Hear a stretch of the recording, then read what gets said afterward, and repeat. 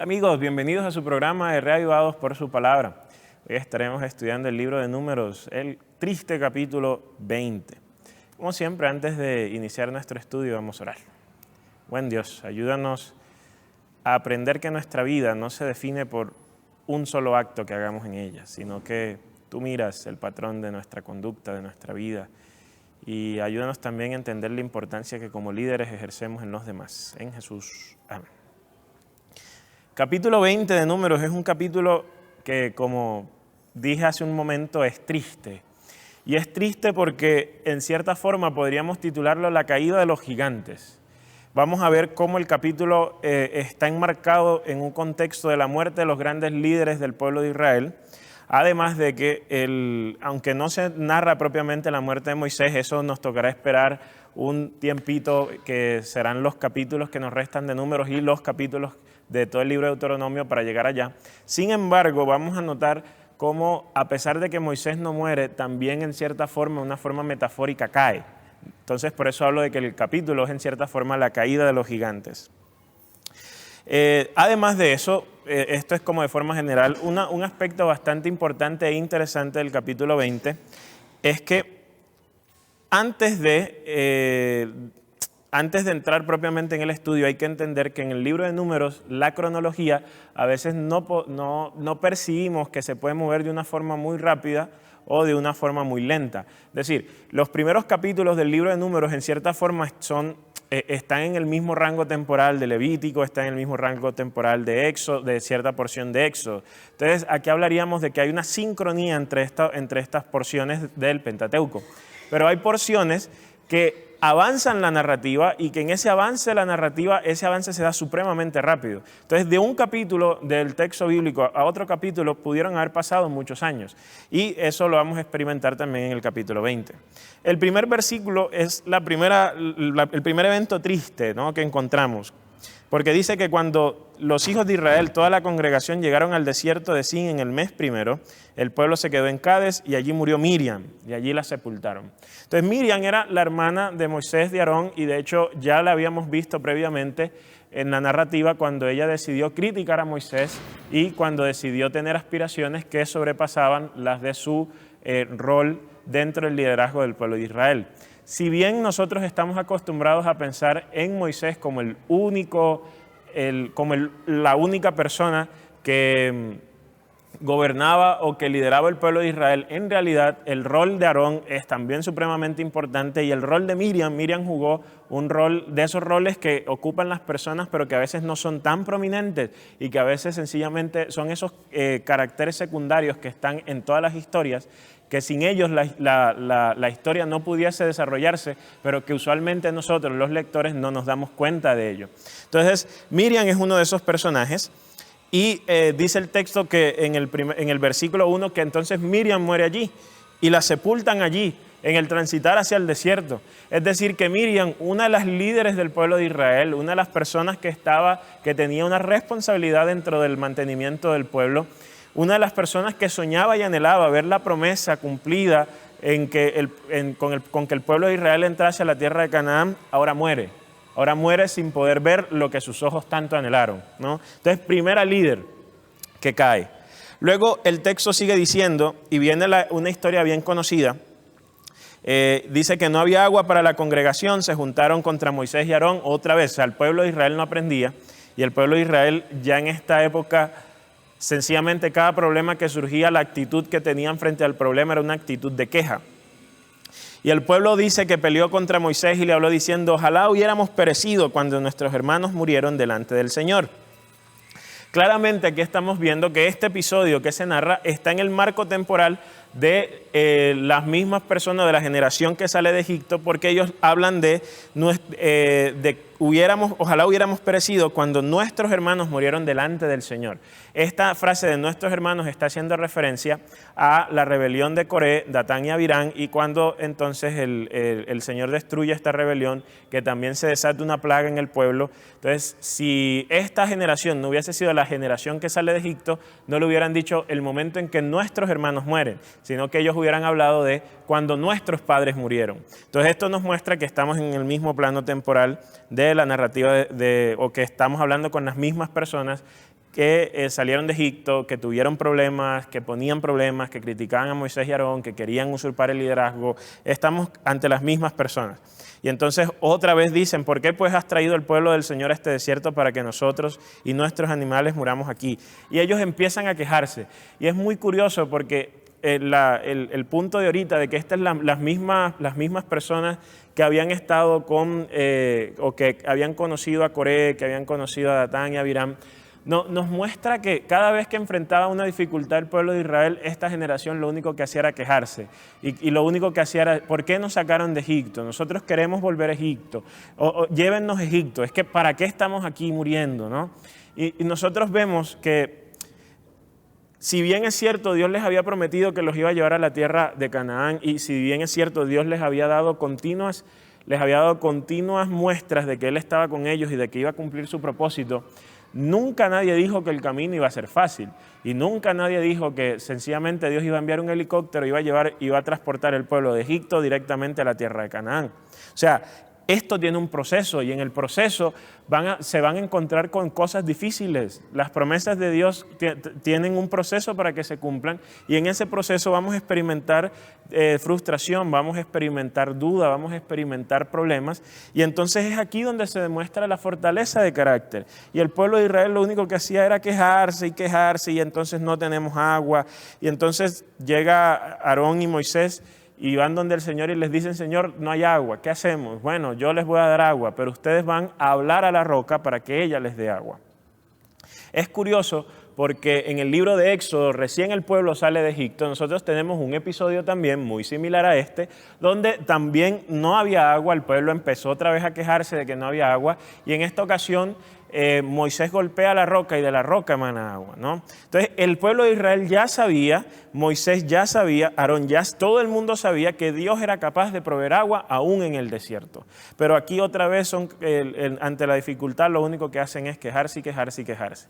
Y esto, desde aquí quiero quizás sacar una lección valiosa para nuestras vidas, y es que cuando las dificultades llegan, porque las dificultades van a llegar y eso es inevitable, nosotros podemos quejarnos. Quejarse no está mal, porque es algo natural en el ser humano. Pero si nosotros solo nos quedamos en la queja y no actuamos y no nos movemos para solucionar ese inconveniente que nos está causando una dificultad, es allí donde sí hay un problema. Entonces el pueblo de Israel lo único que hacía era quejarse, no había proactividad en el pueblo. No había alguien que dijera, bueno, no hay agua, pero ¿qué vamos a hacer para solucionar el agua? Todos se lo dejaban a Moisés y Aarón. No, pero ¿qué hago yo para solucionar el problema? Y esto aplica a todo, en la familia, en la vida personal, en el trabajo. Yo no puedo esperar a que el otro resuelva los problemas y darle la carga al otro, cuando yo puedo pensar y yo puedo decir qué puedo hacer, ¿no?, para solucionar el asunto. Entonces llegamos a esta narrativa donde Dios le dice a Moisés y Aarón, van a hablarle a la roca y de la roca va a emanar agua. Y lo que quiero destacar del texto, lo que me parece interesante de acá, es que Moisés, en el versículo 10 dice, Moisés y Aarón reunieron al pueblo ante la peña y les dijo, oíd ahora rebeldes, sacaremos agua de esta peña para vosotros. Miren que aquí nosotros vemos a Moisés, el hombre más humilde del mundo, como dice el libro de Números. En cierta forma, Moisés comete el error de elevarse, ¿no?, y de creerse un poquito, porque él dice, sacaremos agua ahora de esta peña. Mire que él dice, sacaremos, nosotros. Él se coloca ahora en el plano y se coloca a él mismo como la fuente de agua de la roca. Y dice el versículo 11 que entonces Moisés levantó su mano y golpeó la peña 2 veces con su vara. Esta expresión, levantó su mano, es muy interesante. ¿Por qué? Levantar su mano tiene un sentido literal, que es cuando yo levanto mi mano, que es lo que quiere decir el texto. Pero es muy curioso que la expresión de levantar la mano también es un símbolo o refiere metafóricamente en el idioma hebreo a la rebeldía de una persona, al orgullo de una persona contra alguien más. Entonces, esa expresión de que levanta la mano, si bien es física, también revela lo que está pasando en el corazón de Moisés, que en este momento, en este instante, él desobedece a Dios y le pega a la peña, cuando claramente Dios le había instruido que era que le hablara a la peña. Cuando esto ocurre, cuando él le pega a la peña, pues sí, sale el agua y el pueblo bebe y los animales beben, pero el Señor le dice a Moisés y Aarón, porque vosotros no me creísteis a fin de tratarme como santo ante los ojos de Israel, por tanto no conduciréis a este pueblo a la tierra que les he dado. Qué interesante, porque Dios llega y le dice a Moisés, mira, fallaste. Y como fallaste, no vas a llevar a este pueblo a la tierra prometida. Yo me imagino en ese momento el corazón de Moisés. Y yo me imagino todo lo que pasa por la mente de Moisés. Tanto esfuerzo, tanto sacrificio. Es que la Biblia representa a Moisés como si el único propósito de la vida era sacar al pueblo de Egipto y llevarlo a la tierra de Canaán. Y tú te imaginas que aunque lo has dado todo, aunque has sudado la camiseta, aunque tú te has esforzado hasta lo último, y de repente ese sueño, ese gran sueño de la vida se derrumba. Ese momento cumbre donde tú dices, cuando yo alcance esto, seré pleno, seré máximo, y ese momento se derrumba. Y en ese momento yo imagino a Moisés con una mezcla de emociones, tristeza, rabia consigo mismo, rabia con Dios, pensando que toda su vida había sido un fracaso, porque el destino al que él quería llegar sencillamente no lo iba a conseguir. Pero qué curioso que Dios no define la vida de un hombre por un momento. Aparentemente nosotros podemos llegar a decir, bueno, es que Dios, la culpa es de Dios porque Dios podía haberlo perdonado. Es que ese Dios del Antiguo Testamento. Pero en realidad Dios estaba haciendo lo que le había dicho. A ver, estar cerca de Dios como lo estaban Moisés y Aarón conllevaba unos peligros, unas consecuencias. Nosotros podemos pensar hoy sencillamente en que no es lo mismo ser un físico nuclear que trabaja en una central nuclear. Él tiene unos privilegios, pero también tiene unos riesgos grandes que involucra su trabajo. Y no es lo mismo juzgar a esta persona que sabe lo que está pasando con de pronto alguien que ni siquiera entiende lo que es la física. Entonces, son dos personas y alguien que conoce todo, pues él puede ser amable cuando alguien que no conoce de física comete un riesgo innecesario como el de querer entrar al núcleo de un reactor. Y entonces, claro, él no conoce de física, está bien, mira, yo voy a ser paciente contigo porque tú no sabes qué estás haciendo. Pero cuando es el físico nuclear el que quiere entrar al núcleo del reactor, todo el mundo lo va a tratar de loco, porque él sí entiende y él es consciente de que eso no se debía hacer. Lo mismo pasa con Moisés y Aarón. Ellos son los líderes del pueblo, ellos han estado en contacto íntimo con Dios. Moisés, dice el texto bíblico, que hablaba con Dios como cara a cara. Entonces, su trabajo, aunque lleva estos privilegios, también conlleva unas consecuencias y conlleva unas responsabilidades. Y aquí vemos entonces a Moisés fallando, entre comillas, en el destino al cual él debía arribar. Y aquí lo que quiero destacar y lo que quisiera reflexionar un poco es el que a veces nuestra vida puede parecer la vida de Moisés, que nos hemos definido y hemos tratado de pensar que nuestra vida solo tiene sentido si llegamos a un punto y pensamos que toda nuestra vida se configura respecto a una meta. Puede ser el ser profesional, puede ser el tener mucho dinero, puede ser el de tener una casa, puede ser el de tener un carro, y todos tenemos una lista de cosas que no está mal tenerlas, porque si tú no tienes aspiraciones en la vida, pues no tienes nada. Yo no estoy hablando de que es malo tener aspiraciones, pero es malo también creer que nuestra vida solo tiene sentido si y solo si cumplimos esa lista de expectativas y aspiraciones que nosotros tenemos. Porque la vida es mucho más que eso. Y tú como persona eres mucho más de lo que haces, eres mucho más de donde trabajas, eres mucho más de lo que tienes. Si tú no tienes dinero, si tú no tienes trabajo, si tú no tienes una casa, si tú no tienes una ropa, tú todavía sigues siendo una persona con propósito, una persona que es valiosa, una persona con un sentido de vida. Porque el sentido de vida no puede estar atado a estos destinos. El sentido de vida de Moisés no podía estar atado a llevar al pueblo a Canaán. Aparentemente ese era era la única razón por la cual existía. Pero a pesar de que la historia aquí tiene este tono gris, cuando nosotros vemos a la figura de Moisés recordada a lo largo del canon, especialmente en el Nuevo Testamento, nosotros descubrimos, uno, que aunque Moisés va a morir, Dios lo resucita. Y dos, encontramos que a pesar de que Moisés no llega, entre comillas, al destino, el proceso de Moisés guiando al pueblo es igual de valioso. Porque a veces nos enfocamos tanto en el destino que no valoramos el camino. Y el camino y el proceso del camino es tan importante como el destino mismo, porque es lo que nos lleva allá. Y entonces a veces nosotros despreciamos, igual que el pueblo de Israel, el desierto. Y decimos, es que el desierto es duro, es que aquí estamos para sufrir, y es que aquí estamos para morir. Pero se nos olvida que el desierto es necesario para llegar a Canaán. Que el desierto es tan necesario como Canaán mismo. Porque en el desierto era que el pueblo iba a aprender a vivir con Dios en el medio. Era donde ellos iban a aprender a depender de Dios, a confiar en Dios, a creer en Dios, a reposar en Dios. Y entonces, como fallaron en el proceso, fallaron también en el destino. Y la vida de Moisés nos enseña que a pesar de que no lleguemos a un destino y a pesar de que en algún momento podamos cometer un error, Dios no nos define por ese error y Dios no nos define por ese momento. Dios valora también el proceso. Dios valora la totalidad de nuestra vida. Dios valora el patrón que gobernó a toda nuestra existencia. Que Él no se fija entonces exclusivamente en el error y a partir de ese error va a emitir un juicio. Aparentemente eso es lo que está pasando con Moisés, porque podemos decir, pero es que Moisés cometió un error. ¿Por qué Dios no lo perdonó? Pero es que Moisés sabe por qué Dios no lo perdonó. Moisés sabe por qué tiene... A ver, Dios sí perdonó a Moisés, pero que Dios haya perdonado a Moisés no quiere decir que entonces Moisés iba a entrar a la tierra prometida. Como hablábamos hace unos días, Dios perdona, pero el perdón de Dios trae unas consecuencias. Entonces, el punto principal aquí es que a veces podemos cometer errores, ¿sí? Y Dios nos va a perdonar esos errores.